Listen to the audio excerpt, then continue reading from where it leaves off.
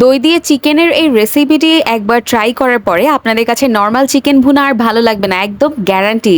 আর এই রেসিপিটি হলে আপনারা একদম কাচিয়ে কুচিয়ে ভাত খেতে পারবেন, 2 প্লেট তো ভাত অনায়াসেই খেতে পারবেন। আসসালামু আলাইকুম, এক্সপিরিয়েন্স উইথ মুন্নি পেজে আপনাদের সকলকে স্বাগত জানাচ্ছি। আমি দই চিকেন বানানোর জন্য ফার্স্টেই হচ্ছে গরম তেলের মধ্যে পেঁয়াজ আর গরম মশলাগুলো ভেজে নিয়েছি। এরপরে তার মধ্যে দই দেওয়ার পরে কিছুটা হলুদ, মরিচ আর হচ্ছে ধনিয়ার গুঁড়া দেওয়ার পরে আমি লবণ দিয়ে নিয়েছি।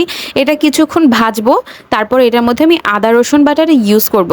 এই মশলাটা সুন্দর মতো কষালে আপনাদের এই দই চিকেনের ফ্লেভারটা খুব বেশি ভালো আসবে। তো আমার সব স্পাইসেসগুলো দেওয়ার পরে আমি জাস্ট এখানে আদা বাটাটা দিয়েছি, রসুন আর জিরা বাটাটা আমি কিছু সময় পরে দেব। আগে এটাকে একটু ভেজে নিতে হবে। এটাই হচ্ছে যে এই রান্নার মেইন ট্রিক্স। হ্যাঁ হ্যাঁ, এই ট্রিক্সটা ফলো করলেই হচ্ছে যে আপনার রান্নাটা খুব বেশি মজা হবে। এখন আমার এটা একটু ভাজা ভাজা হয়ে গেলে তারপরে আমি কয়েক পিস গোলমরিচ দিয়ে নিচ্ছি। গোলমরিচটা কিন্তু এই রান্নাটা দিলে বেশ ভালো একটা ফ্লেভার আসে, কারণ রেস্টুরেন্টগুলোতে কিন্তু এই দই চিকেন রান্না করার জন্য সবসময় গোলমরিচটা একদম ফার্স্ট ম্যান্ডেটরি আইটেমের মধ্যে থাকে। আর এরপরে হচ্ছে আমি রসুন আর হচ্ছে জিরা বাটা নিয়েছি। জিরা বাটাটা সবসময় মাংসের মধ্যে দেওয়ার ট্রাই করবেন, এটা হচ্ছে জিরার গুঁড়ার থেকে বেশি ভালো ফ্লেভার এনে দেয়। তো এই মশলাটাকে সুন্দরভাবে কষাতে হবে। দই চিকেনের মশলাটা যত বেশি কষানো হয় চিকেনটা তত বেশি টেস্টি হয় আর ভিতরটা জুসি হয়, অনেক বেশি ভালো লাগে। তো আমার কষানো হয়ে গেলে যখন উপরে তেল উঠে এসেছে তখন হচ্ছে আমি আমার চিকেনের পিসেসগুলো দিয়ে নিয়েছি। আমরা সংখ্যায় কম তাই হচ্ছে পুরো মুরগিটা ইউজ করে নিয়ে আপনারা আপনাদের প্রয়োজন অনুযায়ী নেবেন এবং মশলার কোয়ান্টিটিটা একটু বাড়িয়ে দেবেন। আর দই দই চিকেনের মধ্যে হচ্ছে যে মশলার পরিমাণটা কিছুটা বেশি প্রয়োজন হয়, যেহেতু এটা একটু গ্রেভি গ্রেভি খায়। আর হচ্ছে এই মশলাটা না কষানোর মধ্যেই হচ্ছে যে চিকেনটার সাথে হয়ে যায়। তো চিকেনটা সুন্দরভাবে কষাতে হবে। দেখুন আমার কিন্তু অলরেডি এক কষানোর মাঝখানেই হচ্ছে চিকেন থেকে তেলটা আর মশলাটা আলাদা হয়ে গেছে।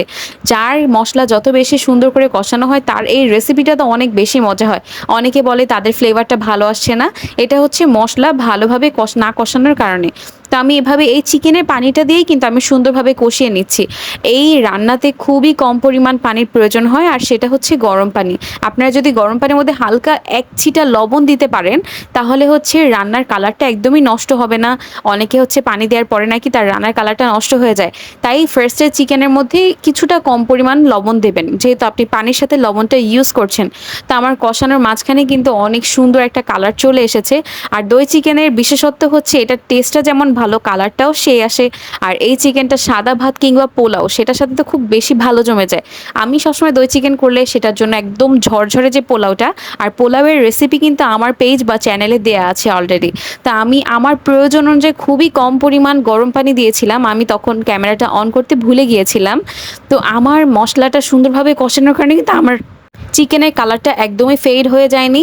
আর এই মশলাটা যখন হচ্ছে যে হালকা হালকা একটু থাকবে তখনই হচ্ছে যে আপনাদের চুলাটা অফ করে দিতে হবে, কারণ গ্রেভিটা একটু পরে ঘন হয়ে যায়। তাই হালকা ঝোল থাকা অবস্থায় আপনারা নামিয়ে নেবেন। দেখুন আমারটা কিন্তু প্রায় হয়ে এসেছে।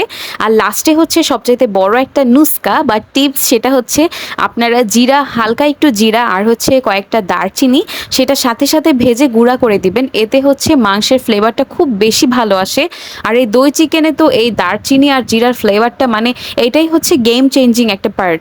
তো আমি সুন্দরভাবে এটা দিয়ে নিচ্ছি একদম লাস্ট মোমেন্টে, আমার যখন চুলা অফ করব তার 30 থেকে 40 সেকেন্ড আগে আমি এটা দিয়ে নিয়েছি। এই যে আমি সাদা পোলাওর সাথে চিকেনটা সার্ভ করে নিয়েছি। আর সাথে যে চিংড়ি মাছটা আছে এটার রেসিপিও আমি খুব সুন আমার পেজ বা কিংবা চ্যানেলে আপলোড করে দেব। ততক্ষণ সাথে থাকতে হবে এক্সপিরিয়েন্স উইথ মুন্নির নিত্য নতুন টিপস এবং ট্রিক্স পাওয়ার জন্য। আসসালামু আলাইকুম।